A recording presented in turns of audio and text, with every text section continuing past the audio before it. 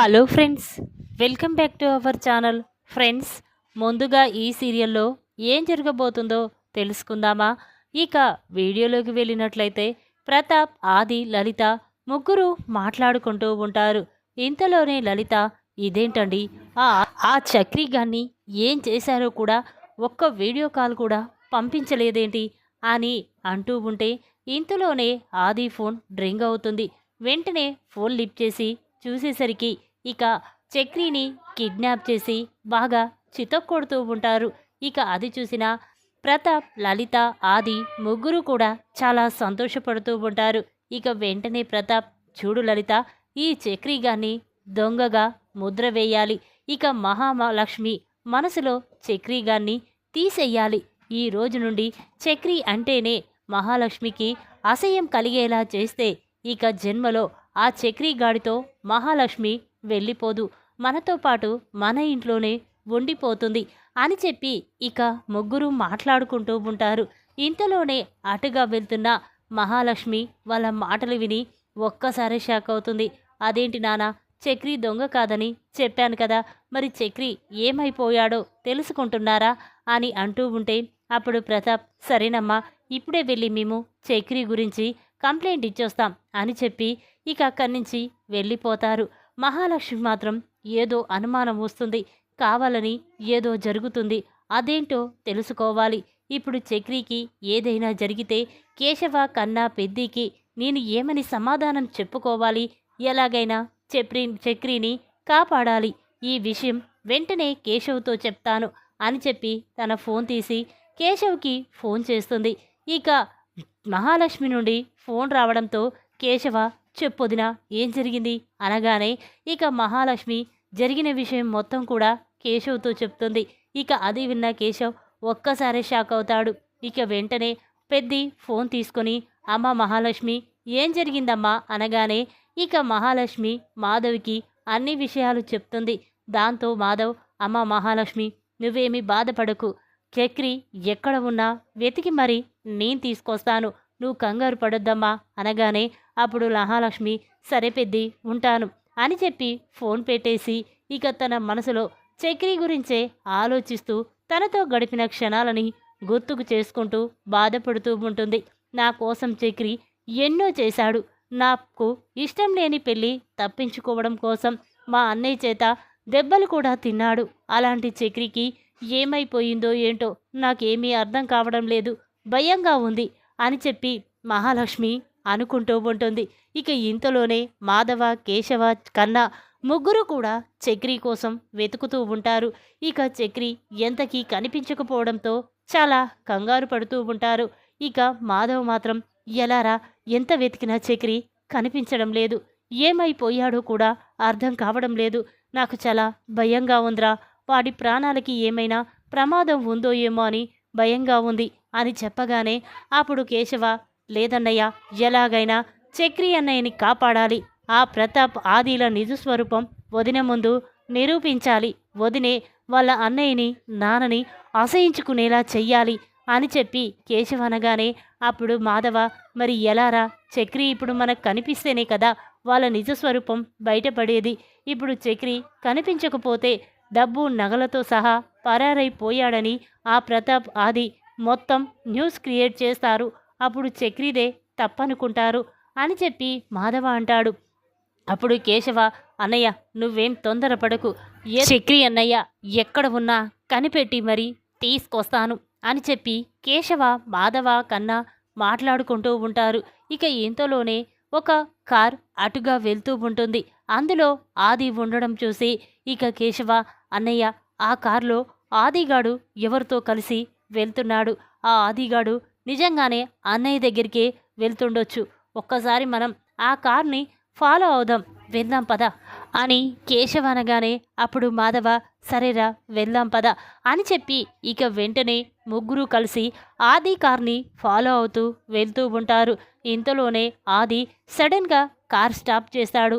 ఇక అందులో ఉన్న కొంతమంది రౌడీలని కిందికి దించి ఇక వాళ్ళతో, ఒరై, ఆ చక్రిగాడు ఎట్టి పరిస్థితుల్లోనూ మన నుండి తప్పించుకొని వెళ్ళిపోవడానికి వీల్లేదు, ఎలాగైనా వాణ్ణి ఎప్పుడు వదిలేయాలో నేను చెప్తాను, అప్పుడు వదిలేయండి. కానీ అంతవరకు వాడి గురించి ఎవరికీ తెలియకుండా జాగ్రత్తగా చూసుకోండి అని ఆది అంటాడు. ఆ మాటలు విన్నవాళ్ళు సరే సార్ మీరు చెప్పినట్టే చేస్తాం అని చెప్పి అనగానే ఇక ఆది అక్కడి నుంచి వెళ్ళిపోతాడు. ఇక రౌడీలు మాత్రం చక్రిని బంధించిన దగ్గరికి వెళ్తూ ఉంటారు. ఇక వీళ్ళు కూడా వాళ్ళ వెనకాలే ఫాలో అవుతూ ఉంటారు. ఇక ఆ రౌడీలు చక్రిని ఉంచిన దగ్గరికి వెళ్తారు. ఇక అక్కడికి వెళ్ళి కేశవ, మాధవ, కన్నా ముగ్గురు చక్రిని చూడగా ఒక్కసారి షాక్ అయిపోతారు. ఇక చక్రిని కిడ్నాప్ చేసి బాగా కొట్టడంతో చక్రికి బలంగా గాయాలవుతాయి. అది చూసిన మాధవ చాలా బాధపడుతూ ఉంటాడు. ఇదేంటిరా, వాణ్ణి చిన్నప్పుడు ఎంతో ప్రేమగా పెంచాను. వాణ్ణి ఒక్క మాట ఒక్క దెబ్బ కూడా నేను కొట్టలేదు. అలాంటిది వీళ్ళు నా తమ్ముణ్ణి అంతలా కొట్టారు, అంతలా బాధ పెట్టారు. ఒరే కేశవ, ఎలాగైనా వీళ్ళ నుండి నా తమ్ముణ్ణి కాపాడి తీసుకువెళ్ళాలిరా, లేకపోతే చక్రి ప్రాణాలకి చాలా ప్రమాదం ఉంది అని మాధవ అనగానే అప్పుడు కేశవ, అన్నయ్య నేను చెప్పినట్టు చేస్తే చక్రి అన్నయ్య ఇక్కడి నుంచి బయటపడతాడు అని ఇక కేశవ మాధవ్కి, కన్నకి ఒక ప్లాన్ చెప్తాడు. ఇక దాంతో మాధవ్, కన్నా ఇద్దరు కూడా మారువేషంలో టిఫిన్, చాయ్ తీసుకొని ఇక వాళ్ళున్న ప్లేస్ దగ్గరికి వస్తారు. ఇక వాళ్ళని చూసిన రౌడీలు ఒక్కసారి షాక్ అవుతాడు. ఏయ్, ఎవర్రా మీరు? మిమ్మల్ని ఇక్కడికి ఎవరు రమ్మన్నారు? ఎందుకు వచ్చారు చెప్పండి అని అంటూ ఉంటే అప్పుడు మాధవ, చూడండి సార్, ఇక్కడ ప్రతాప్, ఆది సారు ఒక్కొక్కసారి కొంతమందిని కిడ్నాప్ చేసి ఇక్కడే దాచిపెడతాడు. వాళ్ళకి మేము చాయ్, టిఫిన్లు అందిస్తాము. మీరు కూడా అలాగే అని ఇక్కడికి తెచ్చాము. వద్దంటే వెళ్ళిపోతాం సార్ అని చెప్పి ఇక అక్కడి నుంచి వెళ్తూ ఉండగా ఇంతలోనే వాళ్ళు, ఓహో మీరు ఇక్కడ ఉండే వాళ్ళేనా, సరే ఇవ్వండి అని చెప్పి అనగానే ఇక మాధవ, కన్నా ఇద్దరూ కూడా ఆ ఛాయ్లో మొత్తం మందు కలిపి రౌడీలకి ఇస్తారు. ఇక వెంటనే ఆ రౌడీలు ఆ ఛాయ్ తాగి అక్కడే కుప్పకూలిపోతారు. ఇక కొంతమంది రౌడీలని కేశవ బాగా చితక్కొడతాడు. ఇక మాధవ మాత్రం, ఒరే కేశవ ఆగరా, వాళ్ళని కొట్టడం కాదు, అసలు ఈ అమ్మాయిని తీసుకువెళ్ళి ఆ మహాలక్ష్మి ముందే ప్రతాప్, ఆదిల నిజస్వరూపాన్ని బయట పెడదాం. అలా అయితే ఇక మహాలక్ష్మి ఎప్పటికీ మనల్ని అపార్థం చేసుకోదు. ఆ ప్రతాప్, ఆదిలకి బుద్ధి చెప్దాం పదరా అని చెప్పి ఇక మాధవ ఆ అమ్మాయిని తీసుకొని ప్రతాప్ ఇంటికి వెళ్తూ ఉంటాడు. ఇక ప్రతాప్, ఆది, లలిత మాత్రం, చూసావా మహాలక్ష్మి, ఆ చక్రిగాడు నువ్వు ఎంత నమ్మావో నిన్ను అంతా మోసం చేశాడు. డబ్బు, నగలు తీసుకొని పారిపోయాడు. ఇప్పటికైనా ఆ చక్రిని నమ్మొద్దు. ఇంత డబ్బు పిచ్చి ఉన్నవాడు ఎప్పటికీ నిన్ను మోసం చేస్తాడు అని చెప్పి ఇక ప్రతాప్ అంటూ ఉంటే అప్పుడు మహాలక్ష్మి, లేదు నాన్న, ఎక్కడో ఏదో జరిగింది, లేకపోతే చక్రి డబ్బు తీసుకొని అక్కడి నుంచి పారిపోవడమేంటి, అలా ఎప్పటికీ జరగదు. వాళ్ళు వేరే వాళ్ళని ఇబ్బంది పడుతుంటేనే చూస్తూ ఊరుకొని ఆ అన్నాదమ్ముళ్ళు ఇప్పుడు చక్రి ఈ డబ్బు తీసుకొని పారిపోయాడంటే నేను అస్సలు నమ్మను. చూడు నాన్న, చక్రి ఎక్కడ ఉన్నా ఆ డబ్బు తీసుకొని వస్తాడు, మీకు బుద్ధి చెప్తాడు అని మహాలక్ష్మి అంటూ ఉంటుంది. ఇంతలోనే మాధవ, కేశవ, కన్నా చక్రిని తీసుకొని ఇక ఆ అమ్మాయిని తీసుకొని ప్రతాప్ దగ్గరికి వస్తాడు. ఇక అది చూసిన ప్రతాప్, ఆది ఒక్కసారి షాక్ అయిపోతారు. ఇక తన మనసులో, ఇదేంటి ఈ చక్రిగాడు మాధవ్కి ఎలా కనిపించాడు, మాధవ్ ఈ అమ్మాయిని తీసుకొని ఇక్కడికి వచ్చాడేంటి అంటే ఇప్పుడు ఈ అమ్మాయి నోరు విప్పితే మా నిజస్వరూపం మొత్తం బయటపడిపోతుంది అని కంగారు పడుతూ ఉంటారు. ఇక ఇంతలోనే మహాలక్ష్మి పెద్ది దగ్గరికి వచ్చి, పెద్ది ఏం జరిగింది, చక్రికి ఈ దెబ్బలేంటి, ఏంటి చక్రి ఏం జరిగింది అనగానే అప్పుడు చక్రి, చూడు మహాలక్ష్మి, మీ నాన్న నాతో ఛాలెంజ్ చేశాడు. ఇక నా కూతుర్ని నా ఇంట్లోనే ఉంచుకుంటాను, నిన్ను నా కూతుర్ని శాశ్వతంగా విడదీసి నా కూతురికి ఇంకొక పెళ్లి చేసి ఫారెన్ పంపిస్తానని నాతో ఛాలెంజ్ చేశాడు. అలా ఎప్పటికీ జరగదని నేను చెప్పాను. కానీ మీ నాన్న అన్నట్టే నిన్ను తన దగ్గర ఉంచుకోవడం కోసమే ఇక ఇంట్లో నుంచి బయటికి పంపించకూడదని నా మీద ఈ డబ్బు నగల దొంగతనం అంటకట్టి నన్ను చంపేసి ఆ నిజాన్ని నీ దగ్గర దాచిపెట్టి ఇక నీ దృష్టిలో నన్నొక దొంగగా ముద్రించాలనుకున్నాడు. కానీ మా అన్నయ్య కేశవ నన్నొచ్చి కాపాడారు.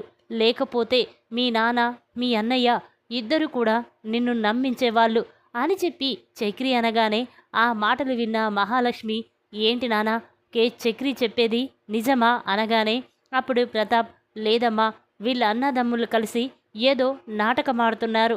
అయినా ఆ డబ్బు నగలు ఎక్కడరా, ఏదో నాటకమాడుతున్నట్టున్నారు. నిన్ను కిడ్నాప్ చేశారని, ఆ డబ్బు దెంకపోయారని ఇక నమ్మియాలని చూస్తున్నావా? అమ్మా మహాలక్ష్మి, ఇదంతా అబద్ధం. వీళ్ళు చెప్పేది నిజం కాదు, నమ్మొద్దు. ఒరే చక్రి, ఎక్కడరా ఆ డబ్బు అనేసరికి ఇక చక్రి, ఎందుకు మామా తొందరపడుతున్నావు? డబ్బు నగలు అన్నీ వాటంతటవే ఇక్కడికి వస్తాయి. లేకపోతే నేను ఏం చేస్తానో నాకే తెలియదు అని చెప్పి ఇక చక్రి అంటూ ఉంటాడు. ఇంతలోనే మాధవ, అమ్మాయి నిజం చెప్తావా లేక పోలీసులకి ఫోన్ చేయమంటావా? డబ్బు నగలు ఎక్కడున్నాయో అవే ఆటంతటవే ఇక్కడికి వస్తాయి. చెప్పు, నిజం చెప్తావా లేదా అని మాధవ్ వార్నింగ్ ఇవ్వడంతో ఇక ఆ అమ్మాయి, చూడండి మహాలక్ష్మి, ఇదంతా మీ నాన్న అన్నయ్య ఆడిన నాటకమే. మీ అన్నయ్యకి ఎలాంటి యాక్సిడెంట్ కాలేదు, కాలికి దెబ్బ తగలలేదు.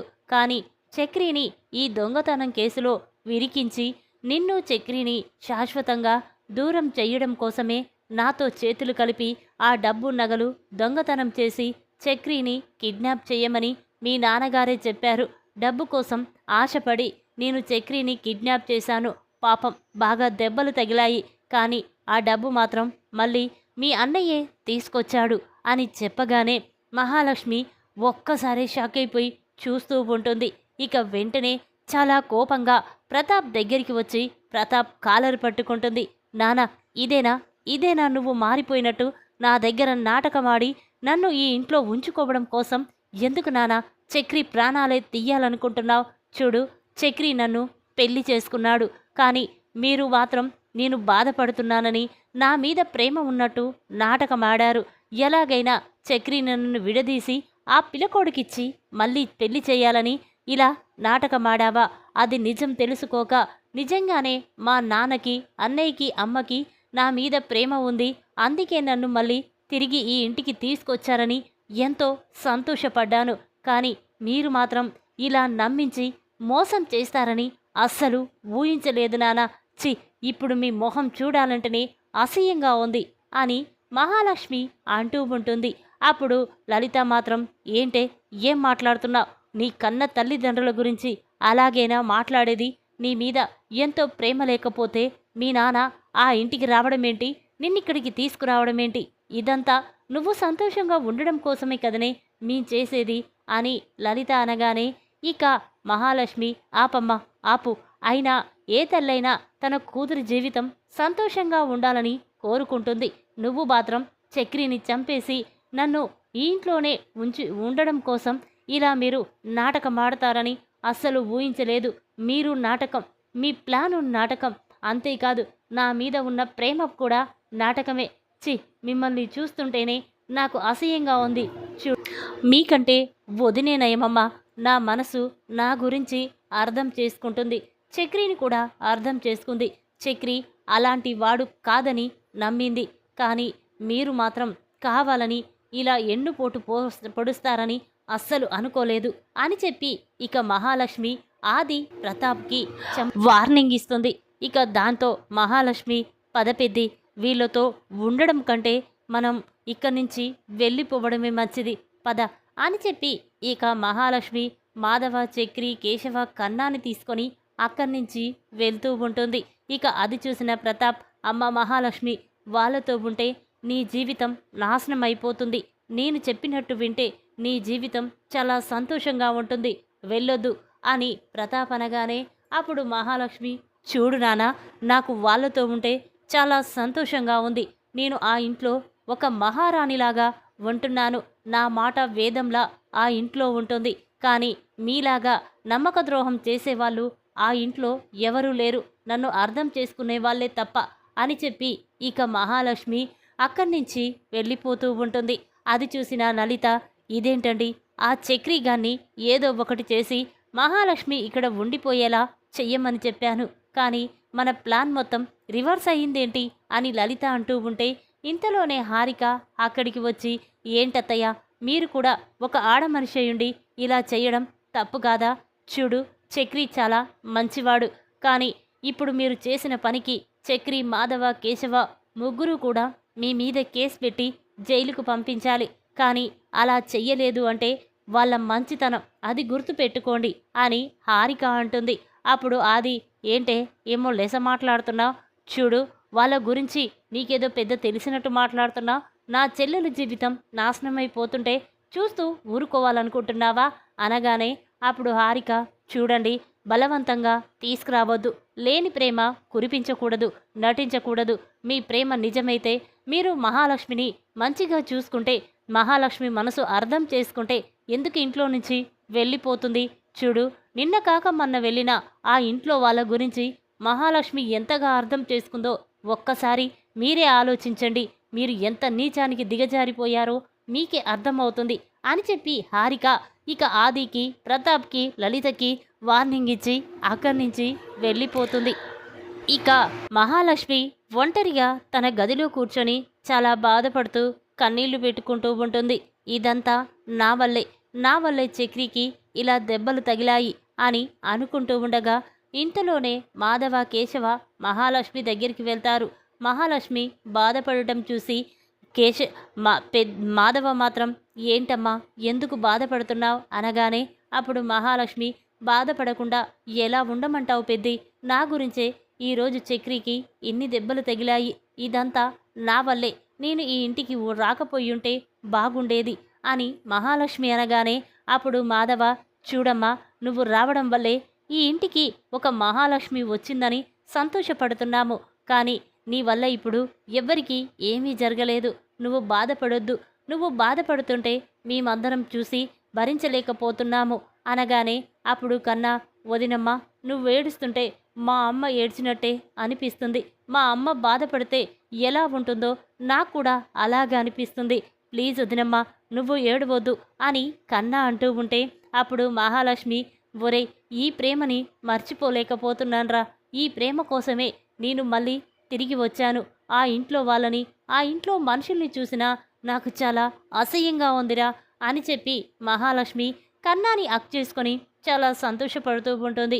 ఇక అది చూసిన నారాయణ మాత్రం, మహాలక్ష్మి లాంటి కోడలు నా ఇంటికి వచ్చింది, మా అమ్మ కంటే ఎక్కువగా నా కొడుకులను చూసుకుంటుంది, వాళ్ళమ్మని మర్చిపోయేలా చేస్తుంది అంటే మహాలక్ష్మిని చూస్తుంటే నా కన్న తల్లే నాకు గుర్తుకు వస్తుంది అని నారాయణ చాలా సంతోషపడుతూ ఉంటాడు.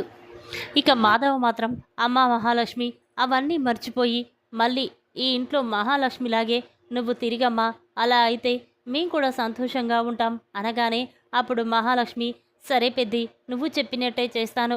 చక్రి, నన్ను క్షమించు, ఇదంతా నా వల్లే కదా అని ఇక మహాలక్ష్మి చక్రిని క్షమాపణ అడుగుతుంది. దాంతో చక్రి, సరే మహాలక్ష్మి అనగానే ఇక అందరూ చాలా సంతోషంగా సరదాగా గడుపుతూ ఉంటారు. ఈ విధంగా ఆ అమ్మాయిని కిడ్నాప్ చేసిన అమ్మాయిని తీసుకువచ్చి ప్రసాద్, ఆది నిజ స్వరూపాన్ని మహాలక్ష్మి ముందు బయటపెట్టిన మాధవ, ప్రతాప్ ఆదిల చెంప పగలగొట్టి దిమ్మ తిరిగే షాక్ ఇచ్చిన మహాలక్ష్మి, షాక్లో లలిత. ఈ వీడియో గనక మీకు నచ్చినట్టయితే లైక్ చేయండి. మరిన్ని వీడియోల కోసం మా ఛానల్ని తప్పకుండా సబ్స్క్రైబ్ చేసుకోండి. Thanks for watching.